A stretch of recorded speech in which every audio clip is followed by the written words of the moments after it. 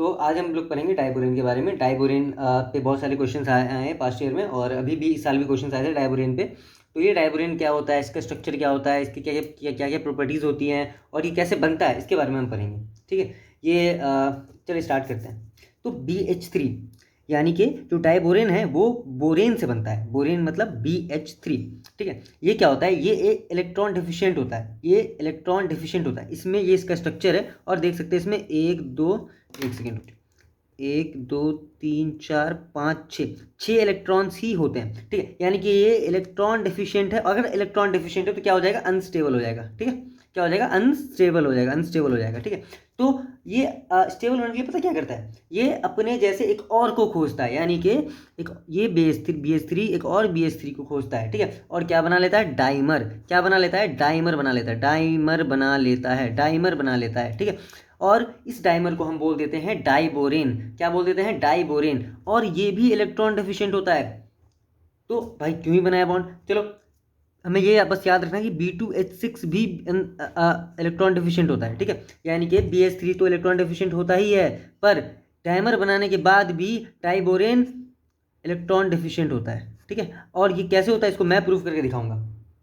Okay, तो अब हम कुछ बेसिक प्रॉपर्टीज़ के ऊपर जाते हैं। जो B2H6 होता है उसकी क्या क्या है बेसिक प्रॉपर्टीज़, तो मैंने यहाँ पर लिख रखी है, एकदम शॉर्ट नोट्स टाइप बना रखा है कि B2H6 एक टॉक्सिक गैस होता है। क्या होता है, टॉक्सिक गैस होता है, जिसको हम एज अ फ्यूल यूज़ करते हैं। ठीक है, एज अ फ्यूल हम इसको यूज़ करते हैं। ये एक टॉक्सिक गैस होता है और इसको हम लोग एज अ फ्यूल यूज़ करते हैं। अब हम बात आती है कि इसको हम एज अ फ्यूल कैसे यूज़ करते हैं। ठीक है, इसको एज अ फ्यूल हम कैसे यूज़ करते हैं। तो जैसे कार्बन C2H6 में जब होता है, कार्बन जब यहाँ पे देखते हैं, हाँ, कार्बन जब C2H6 में होता है उसको हम क्या बोलते हैं, इथेन बोल देते हैं। क्या बोल देते हैं, इथेन बोल देते हैं। ठीक है, और इथेन क्या है, इथेन एक हाइड्रोकार्बन है। क्या है, हाइड्रोकार्बन है। और हाइड्रोकार्बन को हम एज अ फ्यूल यूज़ करते हैं। ठीक है, हाइड्रोकार्बन को हम एज अ फ्यूल यूज़ करते हैं। सेम उसी तरीके से अगर B2H6 भी एक तरीके का क्या है, हाइड्रोबोरेन है। हाइड्रोबोरेन है, ये हाइड्रोकार्बन है और ये क्या है, हाइड्रोबोरेन है। ठीक है, हाइड्रोबोरेन है, तो इसको भी हम एज अ फ्यूल यूज कर सकते हैं। अब इसका रिएक्शन क्या होता है, देखो इसको, ये कंबशन रिएक्शन देता है। और कैसे देता है, ये देखो, B2H6 प्लस O2 क्या बना लेगा, ये B2O3 वाटर, और बहुत सारा हीट रिलीज होगा, बहुत सारा हीट। ये इनसाइडिंग दे रखा है। ठीक है, तो इसीलिए ये फ्यूल की तरह यूज़ किया जाता है और ये बहुत ही अच्छा होता है एज अ फ्यूल। ठीक है, अब इसके स्ट्रक्चर के बारे में जानते हैं। इसका स्ट्रक्चर नन प्लेनर होता है, यानी कि प्लेनर नहीं होता है। अब ये जो सारी प्रॉपर्टीज़ हैं, जब तक हम इसका स्ट्रक्चर नहीं बनाएंगे, इसका हम जब तक ऑर्बिटल डायग्राम नहीं बनाएंगे, तब तक ये सारे पॉइंट्स हमें क्लियर नहीं होंगे। ठीक है, तो चलो बनाते हैं। अब हम लोग इसका स्ट्रक्चर बना के देखते हैं। ठीक है, उसके बाद स्ट्रक्चर बनाने के बाद हम इसका ऑर्बिटल डायग्राम भी बनाकर देखेंगे। तो देखो, ये दो बोर है, उनको ऐसे डाल दो, H H H H। अब ये गलती मत कर देना, इस दोनों को जब मत जोड़ देना। ये H, ये H और ये, तो ये जो बॉन्ड है ना, ये दोनों इसको बोलते हैं ब्रिज बॉन्ड। क्या बोलते हैं इसको, क्या बोलते हैं, ब्रिज बॉन्ड बोलते हैं। ये थोड़ा रफ डायग्राम बनाऊंगा मैं, और PDF दे दूंगा तुम्हें, इसमें अच्छे से सब कुछ लिखा हुआ होगा। ठीक है, इसको हम लोग क्या बोलते हैं, ब्रिज बॉन्ड बोलते हैं। ठीक है, और ये बॉन्ड ना, जो ब्रिज बॉन्ड होता है ना, वो इससे बड़ा होता है, इससे बड़ा होता है। ठीक है, इससे बड़ा होता है। अब इसमें हम क्या क्या जानते हैं कि अगर ये दोनों अगर वर्टिकली है, ये दोनों अगर वर्टिकल है, तो ये क्या होगा, हॉरिजॉन्टल होगा। क्या होगा, हॉरिजॉन्टल होगा। ठीक है, अब हम देखते हैं इसका हाइब्रिडाइजेशन। जो बोरोन है वो कौन सा हाइब्रिडाइजेशन में है, तो बोरोन sp3 हाइब्रिडाइज्ड है, sp3 हाइब्रिडाइज्ड है। और दोनों बोरेन sp3 हाइब्रिडाइज्ड है। कैसे, तो हाइब्रिडाइजेशन का क्या फॉर्मूला होता है, सिग्मा प्लस में लोन पेयर। अब बताओ इसमें कितने सिग्मा बॉन्ड है, इसमें है 4 सिग्मा बॉन्ड। कितने सिग्मा बॉन्ड है, 4 सिग्मा बॉन्ड। और कितने लोन पेयर है इसमें भैया, 0 लोन पेयर है। यानी कि क्या हो जाएगा, ये sp3 हो जाएगा। ठीक है, अगर 3 सिग्मा बॉन्ड होते और कोई लोन पेयर नहीं होता, क्या बोलते, sp2 बोल देते। अगर 2 सिग्मा बॉन्ड होते तो क्या बोल देते, sp बोल देते। ठीक है, तो ये फिलहाल क्या, sp3 हाइब्रिडाइज्ड है ना। ठीक है, अब एंगल्स वगैरह देखते हैं। इसके लिए हमें एक और डायग्राम बनाना होगा, वो डायग्राम बना के देखते हैं। ठीक है,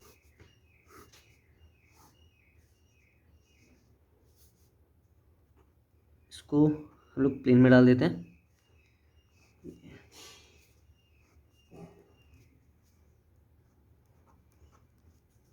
ये यहाँ बनेगा, इसको ये ऊपर बना लीजिए और ये 2H नीचे ब्रिज बॉन्ड से जुड़े होते हैं 2H, ठीक है ना। अब देखते हैं, जैसे मैंने आपको बताया कि जो ब्रिज बॉन्ड होता है ना वो इससे बड़ा होता है, ठीक है। जो ब्रिज बॉन्ड होता है वो इससे बड़ा होता है, ठीक है। तो जो ब्रिज बॉन्ड है ना, ये ब्रिज बॉन्ड ये इस वाले बॉन्ड से बड़ा होता है। अगर बॉन्ड बड़ा है, अगर बॉन्ड बड़ा है तो क्या होगा, इलेक्ट्रॉन की डेंसिटी कम होगी। अगर बॉन्ड बड़ा है, बॉन्ड बड़ा है तो इलेक्ट्रॉन की डेंसिटी क्या हो जाएगी, कम। अगर इलेक्ट्रॉन की डेंसिटी कम होगी तो रिपल्सन कम होगा क्या, हाँ, तो रिपल्सन भी कम हो जाएंगे। अब ये वाला बॉन्ड देखो, ये वाला बॉन्ड देखो, ये वाला बॉन्ड, इस बॉन्ड, ये जो वाला जो बॉन्ड है वो छोटा है। अगर छोटा बॉन्ड है, अगर ये छोटा बॉन्ड है, क्या है, छोटा बॉन्ड है, छोटा बॉन्ड है, तो क्या इलेक्ट्रॉन की डेंसिटी बढ़ेगी, तो क्या रिपल्शन बढ़ेगा। तो अगर हम इसको अल्फा बोलते हैं और अगर हम इसको बीटा बोलते हैं तो तुम बताओ कि अल्फा ज़्यादा बड़ा होगा या बीटा ज़्यादा बड़ा होगा। ऑब्वियस है, जहाँ पर रिपल्सन ज़्यादा होगा वो एंगल बड़ा होगा, यानी कि alpha is greater then beta, है ना, alpha is greater then beta. तो अल्फा का जो बॉन्ड एंगल होता है ना वो कितना होता है, ये होता है 120 डिग्री। ये कितना होता है, 120 डिग्री। और ये कितना होता है, ये होता है 97 डिग्री, है ना, 97 डिग्री होता है। तो हमें क्या याद रखना है कि जो ब्रिज वाला बॉन्ड होता है वो बड़ा होता है और एंगल छोटा होता है, यानी कि जो ब्रिज वाला बॉन्ड है वो बड़ा होता है और एंगल छोटा होता है, ठीक है। तो ऐसे लिख सकते हैं हम लोग, अगर हम इसको ए बोलें और इसको अगर हम बी बोलें तो A is greater than B, ठीक है, लेंथ, बॉन्ड लेंथ की बात कर रहे हैं, ठीक है। अगर हम एंगल की बात करें तो alpha is greater than beta, है ना, ठीक है।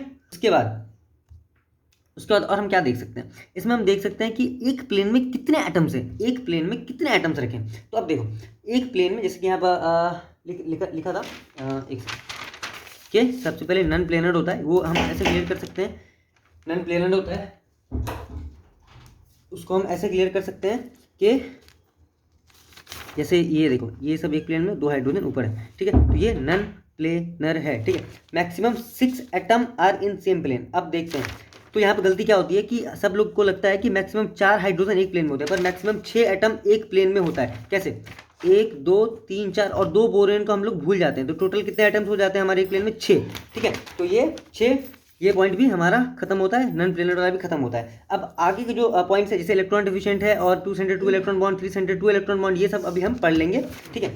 तो चलिए पढ़ते हैं।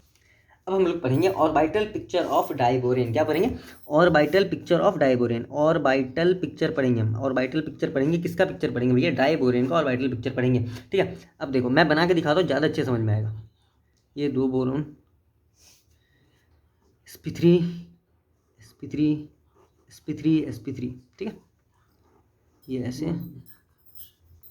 ये ऐसे, ऐसे, ये ऐसे, कितने लगे होता है यहाँ पे, 1 2 3 4, यहाँ पे 1 और ये 2, ठीक है। अब देखो यार, अब आएगा, बोरोन की वैलेंसी कितनी होती है, बोरोन की वैलेंसी हो जाती है 3, ठीक है। तो 3 इलेक्ट्रॉन हम यहाँ पे बना देंगे, 3 इलेक्ट्रॉन हम यहाँ पे बना देंगे, 1 2 3, सेम 1 2 3, ठीक है।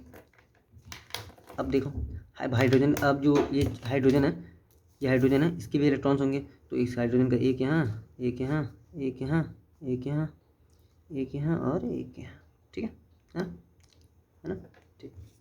अब देखो, ये जो बोरोन से लेकर बोरोन तक, ये बोरोन से लेकर बोरोन तक कितने ऑर्बिटल्स हैं, 3 ऑर्बिटल्स हैं, है ना, 3 ऑर्बिटल्स हैं, 3 ऑर्बिटल्स हैं, पर इलेक्ट्रॉन कितने, 2, इलेक्ट्रॉन कितने, 2।